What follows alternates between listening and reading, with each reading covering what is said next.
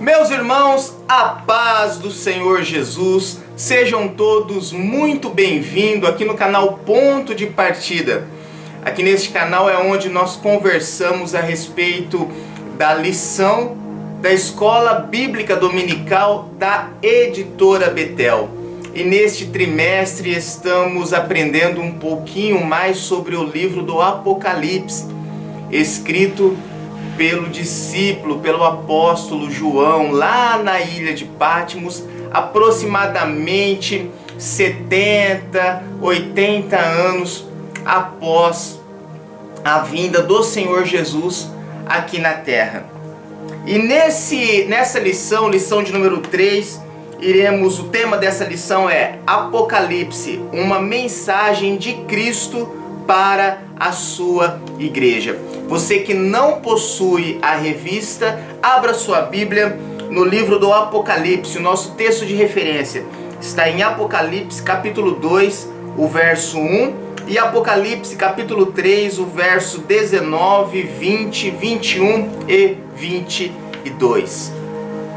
Vamos, como de costume, orar e falar com o nosso Pai. Pai, obrigado pela oportunidade que o Senhor nos concede de estarmos aqui para aprender um pouquinho mais da Tua Palavra. E eu peço que o Teu Santo Espírito venha nos ensinar aquilo que precisamos aprender. É o que eu te peço e te agradeço, em nome do Senhor Jesus. Amém. Meus irmãos, uma mensagem de Cristo para a sua igreja. Texto áureo. Que dizia: o que vês, escreve-o em um livro e envia às 7 igrejas que estão na Ásia, a Éfeso e a Esmirna e a Pérgamo e a Tiatira e a Sardo e a Filadélfia e a Laodiceia. Apocalipse 1:11. Verdade aplicada. A expectativa do retorno de Cristo deve produzir na igreja atitudes de vigilância, oração, quebrantamento, santificação na direção do Espírito Santo. Então nós vemos, meus irmãos, que o livro do Apocalipse, na verdade, é uma carta que o apóstolo João escreve às igrejas. E nesse período em que João escreve essa carta do Apocalipse, era um período de grande perseguição. Por isso que no livro está escrito: não precisa você selar, escreve e envia às igrejas. Porque pelo período tão grande de perseguição que a igreja estava passando naquele momento, os imperadores, as pessoas que perseguiam a igreja, mesmo que lesse o conteúdo, não iria entender. Porque a revelação vem do Espírito Santo. É o Espírito Santo que traz a revelação de sua palavra. Então no livro do Apocalipse você vai ver que o próprio Jesus fala para João: não precisa selar esse livro não. Envia às igrejas para que todas a leiam. E uma mensagem de Cristo para a sua igreja. Meu irmão, Jesus sempre está alertando. Jesus sempre tem uma palavra, sempre tem uma mensagem. Nunca Jesus irá nos deixar às escuras, às cegas. Esteja atento ao que Deus tem falado para você. Esteja atento à mensagem que o Senhor Jesus tem te entregado, porque Ele não nos deixa às cegas. Ele sempre está falando, sempre está alertando. Vamos lá, tópico número 1. A mensagem profética. Devemos lembrar que nos momentos finais de seu ministério terreno, Jesus disse que estaria sempre com a sua igreja. Mateus 28, 20. Esse versículo está lá, o último versículo do Evangelho de Mateus. Jesus dizendo que estaria conosco a todo tempo. Irmão, Jesus está. Jesus enviou o teu Espírito Santo. E eu acredito plenamente que, como dizem em Apocalipse, que o próprio Jesus passeia no meio dos castiçais. Os castiçais as igrejas, as suas igrejas. Vamos lá, tópico 1.1. O porquê 7 igrejas da Ásia? Meu irmão, nós sabemos que o número 7 é o número da completude, o número da perfeição do Senhor Jesus, da perfeição do nosso Deus. Então, Jesus escolheu essas 7 igrejas porque na sua onisciência Ele viu que essas 7 igrejas estavam vivendo todo o período em que a igreja iria passar. Cada uma dessas 7 igrejas, existem 2 linhas teológicas. Uma linha acredita que as 7 igrejas da Ásia são 7 períodos da igreja. 7 momentos que em toda a história da igreja, a igreja iria vivenciar um desses períodos. Então tem a mensagem à igreja de Éfeso, de Esmirna, de Pérgamo. Eu até anotei aqui essa linha teológica que fala dos períodos de cada igreja. Por exemplo, o período da igreja de Éfeso é do ano 33 após de Cristo até o ano 100. O período da igreja de Esmirna vai do ano 303 a 313, que pode-se dizer que é o ano de maior perseguição que a igreja teve.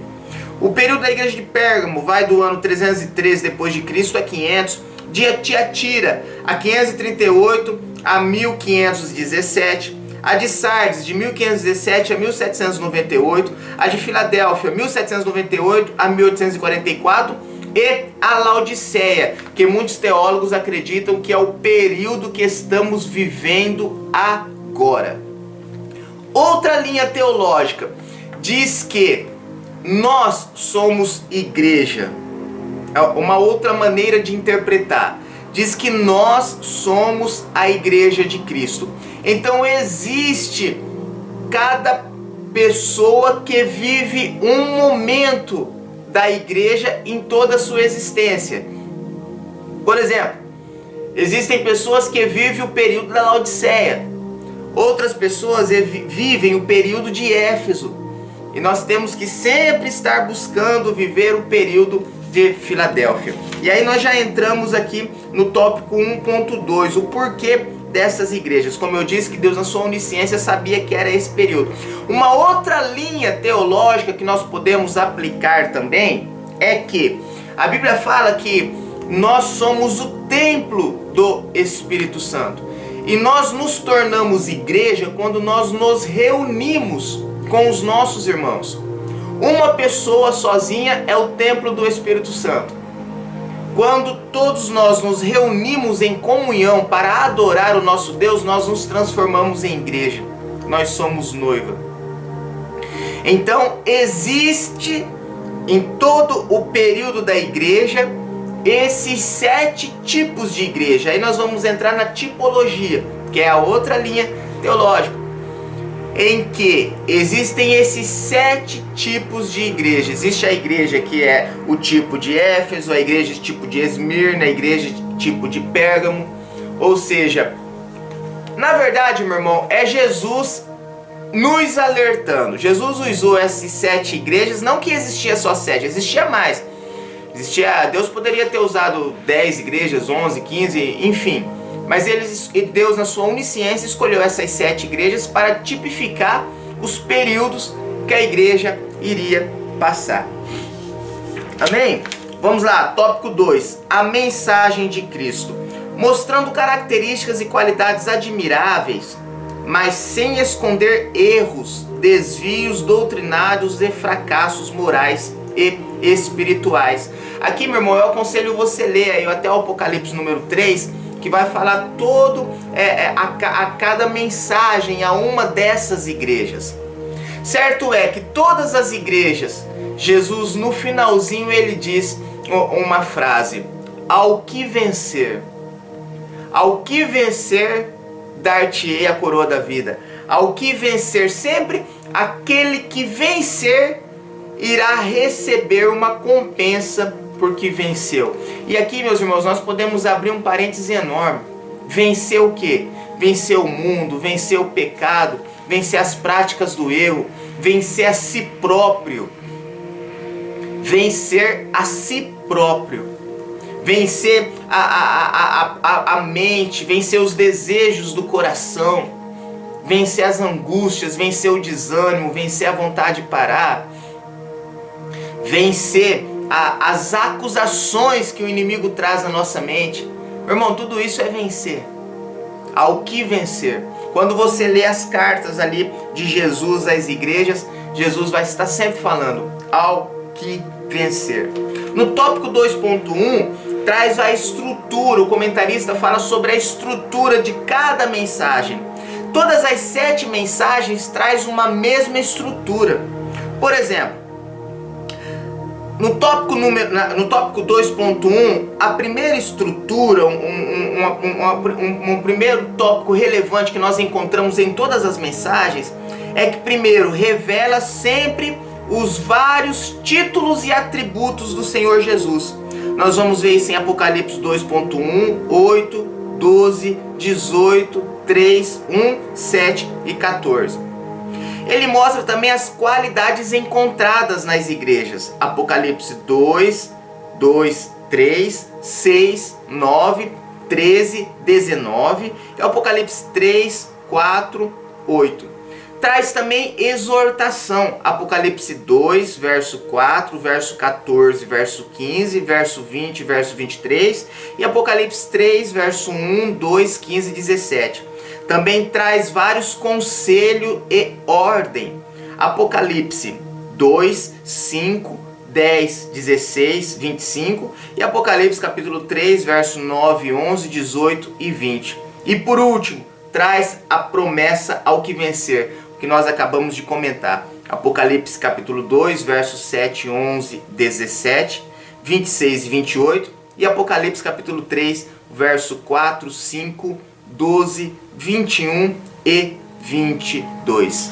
Meu irmão, leia essas referências. Você que tem a revista, acompanhe. Você que não tem, procure essas referências.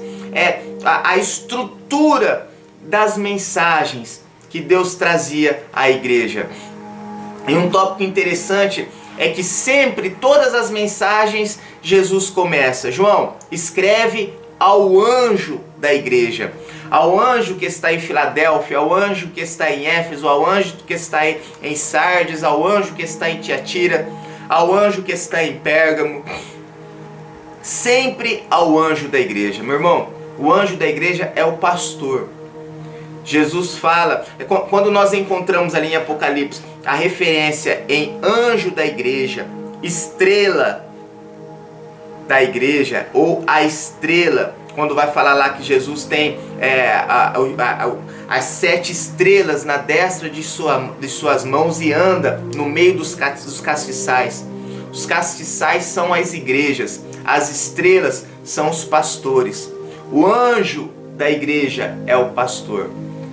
Meu irmão, de modo que Jesus sempre fala ao anjo da igreja.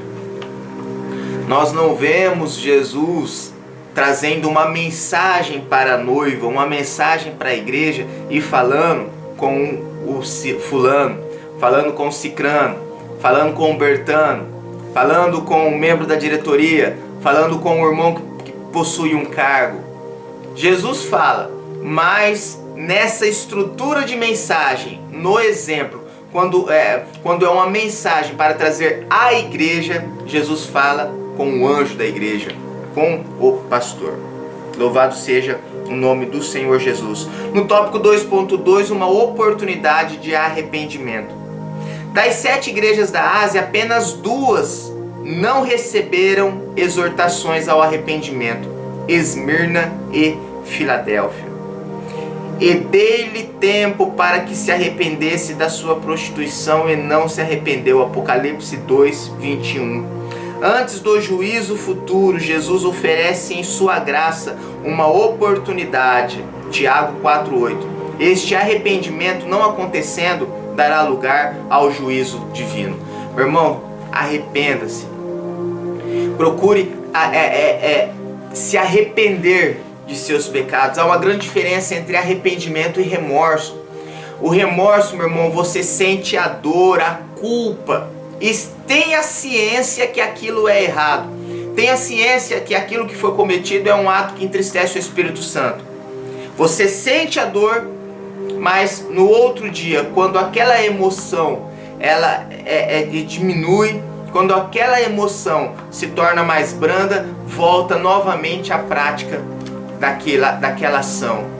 Já o arrependimento é mudança de atitude. Arrependimento é mudança de ação. Arrependimento é literalmente escolher outra rota.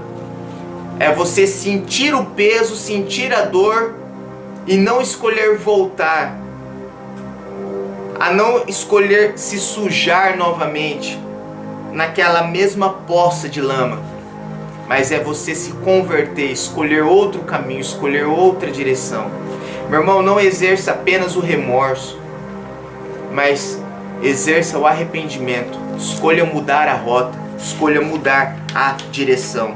E o tópico 3, a mensagem do Espírito Santo. Sem o Espírito Santo, a igreja não mais existiria, ou seria meramente um clube, ou mais uma agremiação. Ele é o Consolador que nos dá poder para fazer a obra de Cristo nesse mundo. Sabemos que Jesus diz que Ele enviaria um outro Consolador, está lá em João 14,16. Um outro Consolador. Jesus não enviou aquele que é o provedor, não enviou aquele que abre porta, não enviou aquele que massageia o ego, não enviou aquele que Jesus enviou o Consolador. Quando ele se refere ao Paracletos do Espírito Santo, a palavra Paracletos, que significa aquele que advoga, essa palavra Paracletos vem do termo jurídico dos gregos antigamente. Então, quando Jesus se refere ao Espírito Santo, ao Paracletos, aquele que defende, aquele que pega uma causa e que roga ao seu favor, aquele que consola. Jesus sabia que o que nós mais precisaríamos durante o período de existência da igreja era um Consolador presente. E por isso Ele enviou o Espírito Santo para nos consolar, para nos ajudar, para estar conosco todos os dias, até que Cristo volte e busque a sua noiva, a igreja do Cordeiro. Louvado seja o nome do Senhor Jesus. Conclusão: aprendemos nessa lição sobre a importância do arrependimento sincero em caso de erro ou pecado, e que devemos perseverar em obedecer a Deus, cultivando uma vida cheia do Espírito Santo. Meu irmão, pratique o arrependimento. Se arrependa dos seus pecados, se arrependa dos seus erros e se encha do Espírito Santo de Deus. Procure todos os dias praticar aquilo que agrada o nosso Consolador, aquilo que agrada o nosso amigo, o Espírito Santo, que está conosco para nos proteger, para nos guiar e para nos consolar. Deus abençoe você, a sua casa, o seu lar, sua família, e até a nossa próxima lição, querendo Deus. Deus te abençoe.